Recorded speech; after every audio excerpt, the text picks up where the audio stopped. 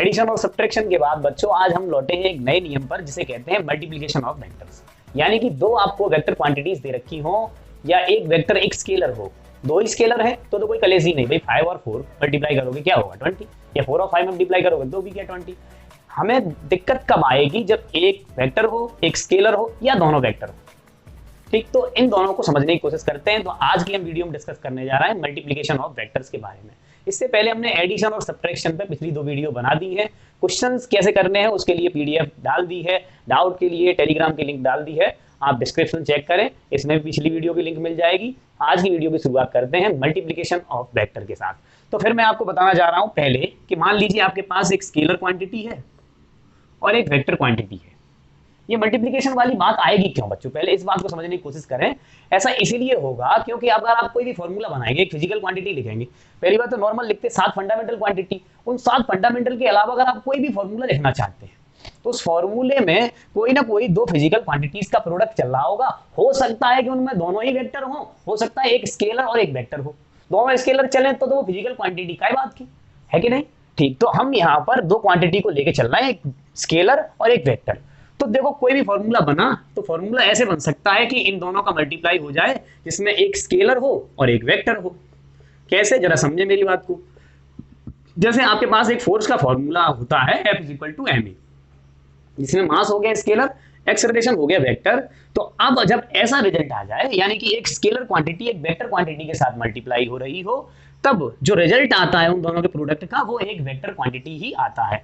तो scalar multiply vector से आपको जो रिजल्ट मिलता है वो वेक्टर ही मिलता है, और उस वेक्टर की जो रिजल्ट मिलता है उस वेक्टर की डायरेक्शन उधर ही होती है जिधर आपने जिस वेक्टर क्वांटिटी को स्केलर के साथ मल्टीप्लाई किया था उसकी है।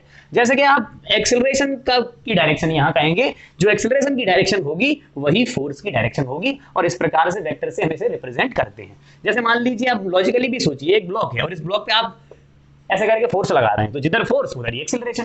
अब ऐसा तो हो नहीं सकता आप इधर ताकत लगा के खींच रहे हैं और ये जा इधर रहा है, ऐसा संभव नहीं। यानी कि अगर आप एक स्केलर क्वांटिटी में एक वेक्टर क्वांटिटी का मल्टीप्लाई करते हैं तो रिजल्ट हमेशा वेक्टर ही आता है, और उसकी डायरेक्शन भी उधर ही होती है जिधर जिस वेक्टर क्वांटिटी से मल्टीप्लाई किया है उसकी है। ये हो गया पहला रूल, किसके बीच, स्केलर और वेक्टर के बीच। असली मशक्कत बच्चों तब होगी जब हम 2 वेक्टर क्वांटिटीज का मल्टीप्लाई कर रहे होंगे।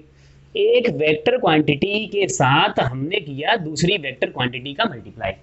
अब जब 2 वेक्टर क्वांटिटीज का मल्टीप्लाई होता है तब रिजल्ट एक स्केलर क्वांटिटी भी आ सकता है, वेक्टर क्वांटिटी भी आ सकता है। ये हमें ऑब्जर्व करके देखना पड़ता है। जैसे कि हम वर्क का फॉर्मूला पढ़ेंगे जो कि होता है फोर्स और डिस्प्लेसमेंट ds का प्रोडक्ट।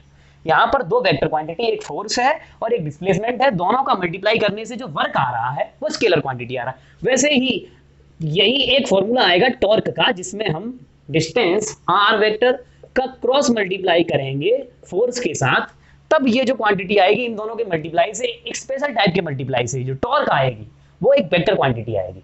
ये वेक्टर क्वांटिटी या स्केलर क्वांटिटी आ रही है, ये हम ऑब्जर्व करके महसूस करते हैं। जैसे आप खुद सोचिए कि आप यहाँ पे एक बहुत भारी सामान रखा हुआ है, 25 किलो मांट रखा, 25 किलो क्या भारी हुआ, बहुत ज्यादा भारी या फिर हल्का, कैसा भी कुछ भी रखा हुआ है। अगर आप इस डायरेक्शन में उसे ले जाते हैं फिर उतनी दूर इस डायरेक्शन में ले जाते हैं, मान लीजिए आप इधर 1 किलोमीटर ले जा रहे हैं, इधर भी 1 किलोमीटर लेके गए, एक आदमी इधर 1 किलोमीटर लेके गया, उतना ही सामान एक आदमी इधर 1 किलोमीटर लेके गया, किसको ज्यादा काम करना पड़ा? सबको बराबर ही काम करना पड़ा ना। काम क्या था, यहां से 1 किलोमीटर दूर सामान को ले जाना, चाहे आप इधर ले जाइए चाहे इधर ले जाइए चाहे इधर, एनर्जी बराबर खर्च होगी, काम बराबर होगा। ठीक, तो फिर वो डायरेक्शन पे डिपेंड नहीं किया काम, तो फिर वर्क कैसी क्वांटिटी हो गई, स्केलर। तो ये मुझे पहले से ही ऑब्जर्व होके पता चल जाता है स्केलर क्वांटिटी। तो इसलिए हमने ऐसा सेट कर रखा है इसको कि जब हमें स्केलर क्वांटिटी मिल जाए 2 वेक्टर के मल्टीप्लाई से तब हम डॉट प्रोडक्ट का इस्तेमाल करते हैं। जब 2 वेक्टर क्वांटिटीज के प्रोडक्ट से वेक्टर क्वांटिटी ही मिल रही हो तब हम क्रॉस प्रोडक्ट का इस्तेमाल करते हैं। तो आज का हमारा मेन फोकस जो रहेगा वो स्केलर प्रोडक्ट पर रहेगा, यानी कि डॉट प्रोडक्ट पर रहेगा। ऐसा प्रोडक्ट जब 2 वेक्टर क्वांटिटियों के मल्टीप्लाई से आपको क्या मिले, एक स्केलर क्वांटिटी मिले, इसको कहते हैं डॉट प्रोडक्ट। और ये हम अगली वीडियो में पढ़ेंगे, इसका नाम है क्रॉस प्रोडक्ट। जब 2 वेक्टर क्वांटिटियों के मल्टीप्लाई से आपको जो रिजल्ट मिले वो भी वेक्टर क्वांटिटी ही मिले। तो पहले आज हम डॉट प्रोडक्ट के बारे में बात करना शुरू करते हैं। तो फिर हमने आपको जो बातें बताई है कि स्केलर का वेक्टर के साथ मल्टीप्लाई किया जाए तब क्या मिलता है, ठीक, और वेक्टर का वेक्टर के साथ किया जाए तब क्या मिलता है। ये प्रोडक्ट में यही दो चीजें हो सकती हैं, स्केलर का वेक्टर के साथ या वेक्टर का वेक्टर के साथ। स्केलर का स्केलर के साथ हुआ तो फिर तो कोई सिस्टम ही नहीं रहा। ठीक, तो चलो आगे आते हैं डॉट प्रोडक्ट की तरफ। चलो पहले समझते हैं डॉट प्रोडक्ट क्या होता है। मान लीजिए आपके पास एक वेक्टर ए है, मतलब जैसे कि फोर्स और डिस्प्लेसमेंट में से एक फोर्स हो गया, और दूसरा वेक्टर बी है और उनके बीच में डॉट प्रोडक्ट चल रहा है।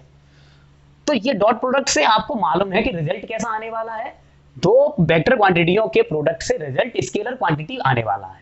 जब स्केलर क्वांटिटी रिजल्ट आने वाला होता है तो हम रिजल्ट को स्केलर रूप में लिखते हैं। हम मैग्नीट्यूड उसका लिखते हैं mod of A vector, mod of B vector और cos थीटा लगाते हैं। ठीक, ये cos थीटा वाला साइन का ये यूज कुछ सोच समझ के किया गया है। आप ऐसा समझ लीजिए कि जब आपने देखा होगा कि दो वेक्टर क्वांटिटी हो और वो एक ही डायरेक्शन हो, जैसे 5 न्यूटन का फोर्स इधर लग रहा है, इधर ही 10 न्यूटन का लग रहा है, तो वो सीधे सीधे जोड़ी जा सकती है।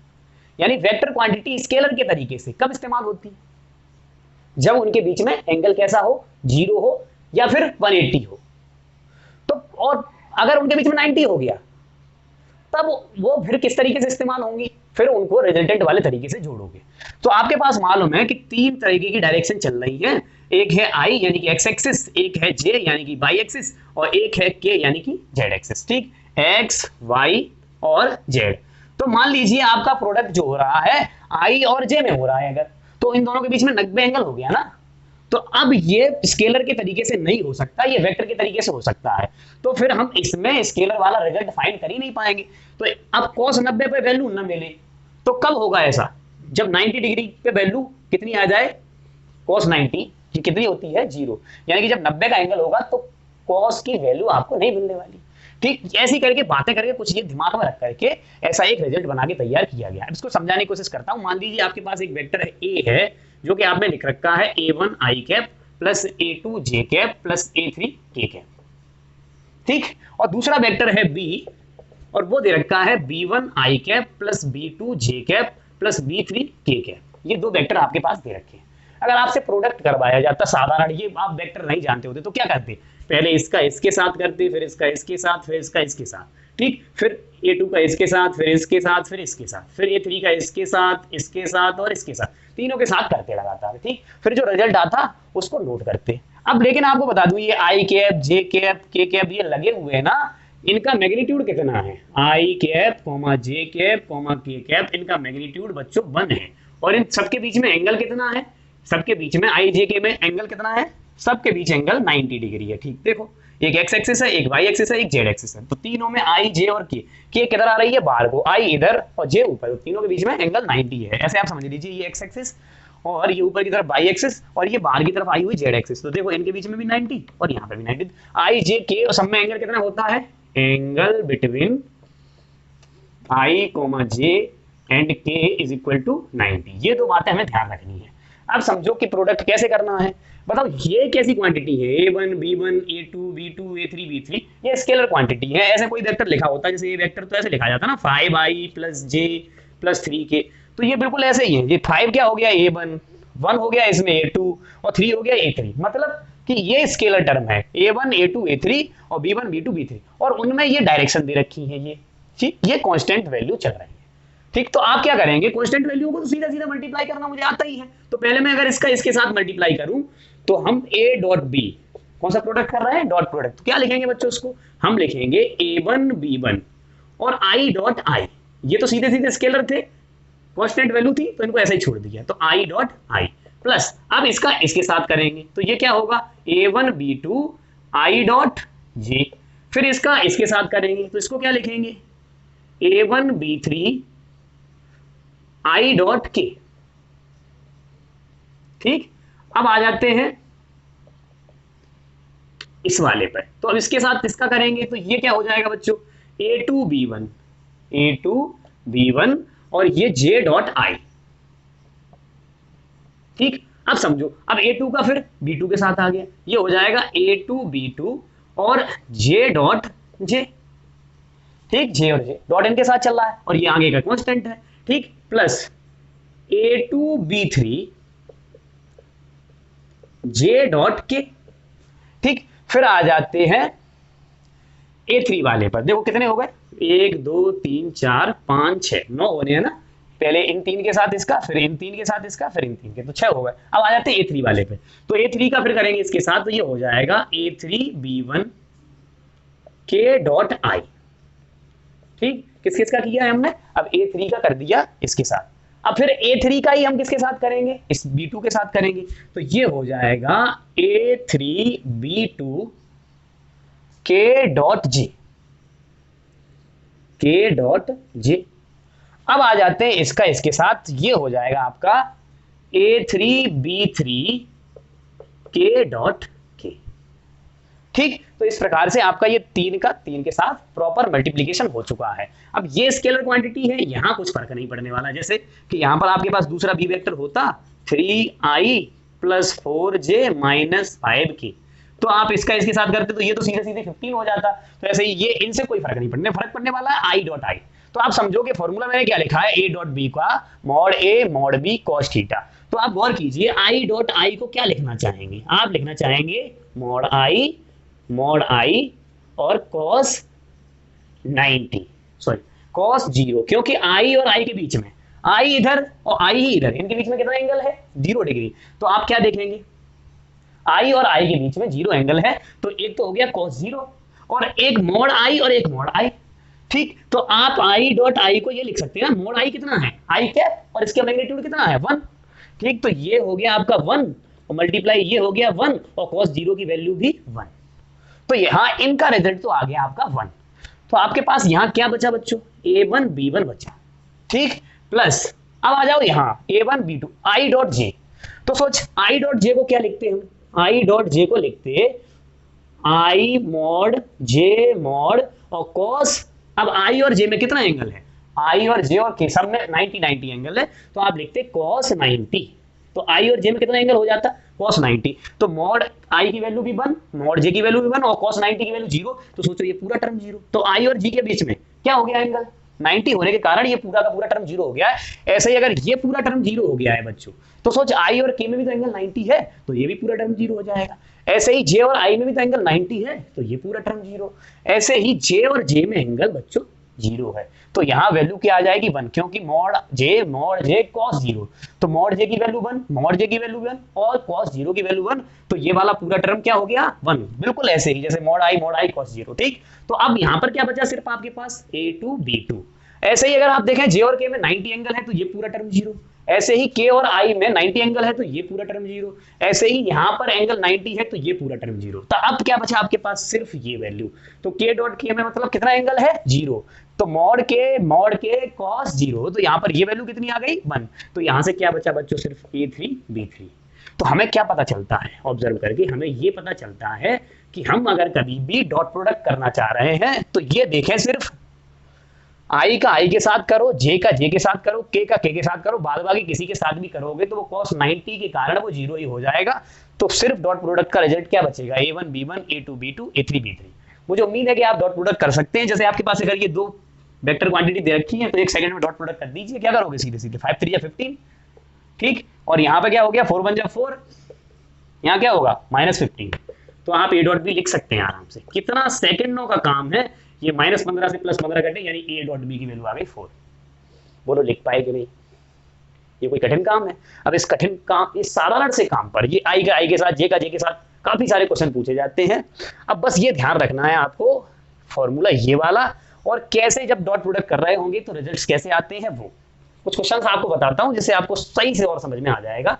पहले एक स्क्रीनशॉट ले लीजिए और कैसे कैसे मैंने प्रोसीजर फॉलो किया है। बार बार आपको ये प्रोसीजर फॉलो नहीं करना, आपको I का I के साथ सीधे करना है, J का J के साथ और K का K। ऐसा क्यों कर रहे हैं, इसलिए हमने आपको ये करके दिखाया है। ठीक, नोट कर लो। क्वेश्चन लिखते हैं बच्चों, लिखा हुआ है 2 vectors A and B are perpendicular, perpendicular short में बना दे रहा हूं, टू ईच अदर व्हेन, और आपके पास ऑप्शन है A plus B is equal to 0, A vector plus B vector का सम 0 है। दूसरा ऑप्शन है A vector minus B vector is equal to 0।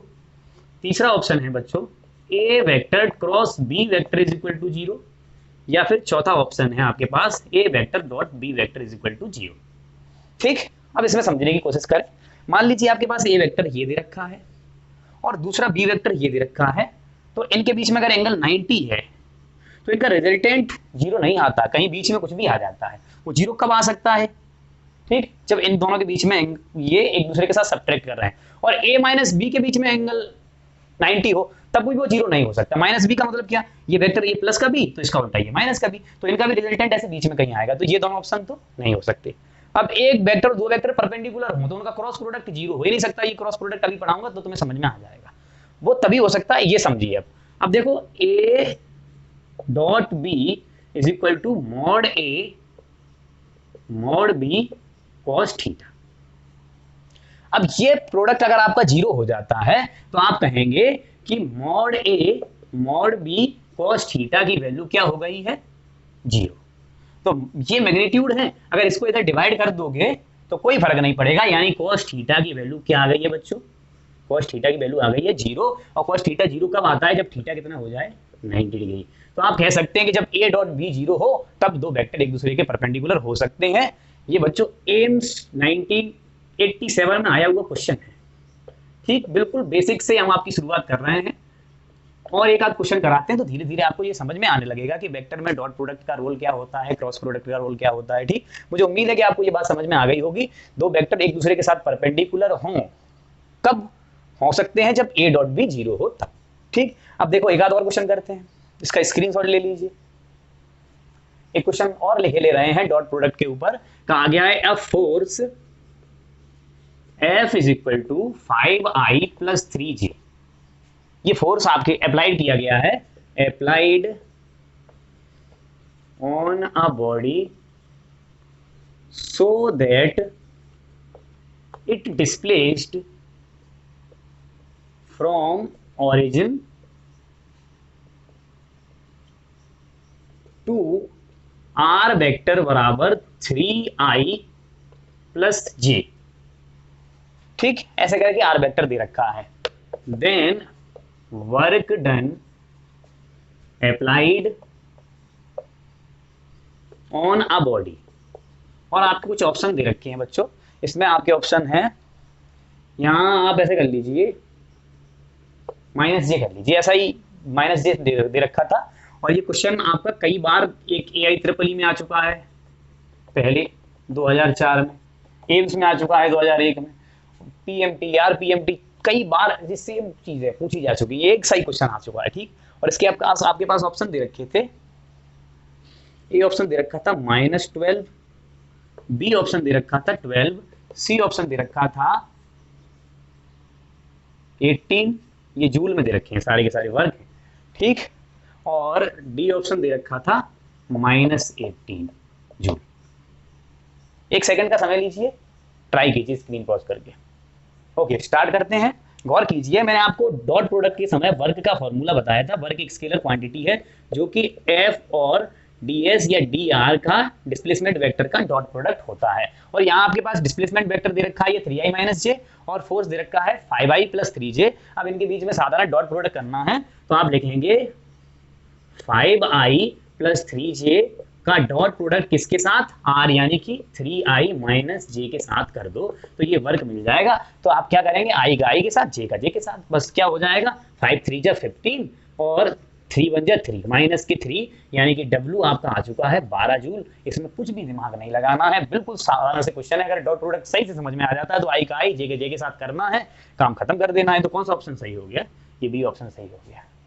बोलो समझ में आया? एक आध क्वेश्चन और कराते हैं तो और ढंग से समझ में आ जाएगा। ठीक, अगला वर्क का ही क्वेश्चन है, थोड़ा सा डिफरेंट है। मैंने क्या किया है, मैं लिखा है एक पार्टिकल को मूव करा रहे हैं A टू C, वो पॉइंट 1,2,3 से 4,6,5 पर ले गया हूं, और किससे होते हुए? B, यानी कि 2,7,9 होते हुए गया हूं। और फोर्स जो मैंने लगाया है वो लगाया है I प्लस 3J प्लस 4 के न्यूटन।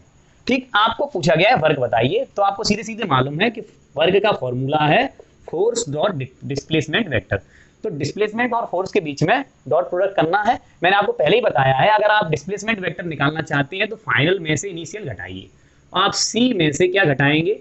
ए को घटाएंगे और बना लेंगे डिस्प्लेसमेंट वेक्टर। आपको बीच में किधर होके गया है उससे कोई मतलब नहीं होता डिस्प्लेसमेंट में, ये हम शुरुआत से जानते हैं। तो आप क्या करेंगे? 4 में से 1 घटाएंगे, आई कैप लिखेंगे, यानी कि 4 - 1 3 क्या हो गया? आई कैप। ऐसे ही 6 में से 2 घटाएंगे तो 4 हो गया आपका जे कैप, और 5 में से 3 घटाएंगे यानी कि 2 के कैप। तो आपका ये डिस्प्लेसमेंट वेक्टर जो आप कह सकते हैं सी माइनस ये या फिर आर वेक्टर, वो हो जाएगा 3i plus 4j plus 2k। Final minus initial घटा करके एक वेक्टर बना के तैयार कर सके हैं। ये हम आपको पहले ही शुरुआत में वेक्टर में समझा चुके हैं, ठीक। और आपको मालूम है कि फोर्स है i plus 3j plus 4k, बस अप्लाई करना है, ये लिखना है i plus 3j plus 4k, और इसका डॉट प्रोडक्ट कर देना है बच्चों 3i plus 4j plus 2k के साथ, ठीक। अब क्या है, हो गया वर्क, निकल आया वर्क। क्या करना है, आई का आई के साथ, तो यहाँ बचा क्या 3 प्लस जे का जे के साथ यानी कि 4 3 जा 12, और फिर यहाँ प्लस करो 4 2 जा 8, यानी कि वर्क आपके पास हो गया 23 जूल। क्या इसमें कुछ कठिन काम है बच्चों? कुछ भी कठिन नहीं है, अगर आपको समझ में आ जाए डॉट प्रोडक्ट करते कैसे हैं और डॉट प्रोडक्ट इस्तेमाल कहाँ करते हैं। जनरली वो वर्क में कर रहे हैं, आगे और भी करेंगे, इलेक्ट्रिक फ्लक्स निकालेंगे 12th में, तब मैं आपको सही तरीके से ये समझाऊंगा कि फ्लक्स के समय पर एरिया वेक्टर और इलेक्ट्रिक फील्ड के बीच में कैसे डॉट प्रोडक्ट इस्तेमाल करते हैं। अभी वर्क निकाल लेते समय आपने डॉट प्रोडक्ट सीखा, कैसे कैसे एप्लीकेशंस होते हैं। कोई भी डॉट प्रोडक्ट पर डायरेक्ट क्वेश्चन नहीं बनता, उसके एप्लीकेशन पर ही बनता है। तो ये एप्लीकेशंस पर क्वेश्चन है। अब सोचो यहाँ पर वर्क का कुछ भी नहीं था, यहाँ पे सिर्फ वेक्टर का था, तो आगे भी लास्ट तक वेक्टर का रोल चलता रहता है। इस चैप्टर में बड़ा ध्यान देने की जरूरत है। मैं कोशिश करता हूं कि हर एक वीडियो को बहुत शॉर्ट में निपटाने की, इसीलिए छोटी छोटी बातें जो डेफिनेशन है उनके लिए नोट्स में यहाँ लिंक में दूंगा, उनको खुद पढ़ें, प्रॉपर क्वेश्चन ट्राई करें, क्योंकि अगर मैं 2-2 घंटे की वीडियो बनाने लगा तो बच्चों को ये बोरिंग लगेगी, ठीक। इसीलिए मैं इनको छोटे से शॉर्ट में निपटाने की कोशिश करता हूँ। हालांकि अगर कंसेप्ट यही रहेगा, आप ढेरों क्वेश्चन ट्राई कर सकते हैं, उसके लिए हम डिस्क्रिप्शन में आपको लिंक देंगे। अपनी बात यही समाप्त करते हैं, धन्यवाद।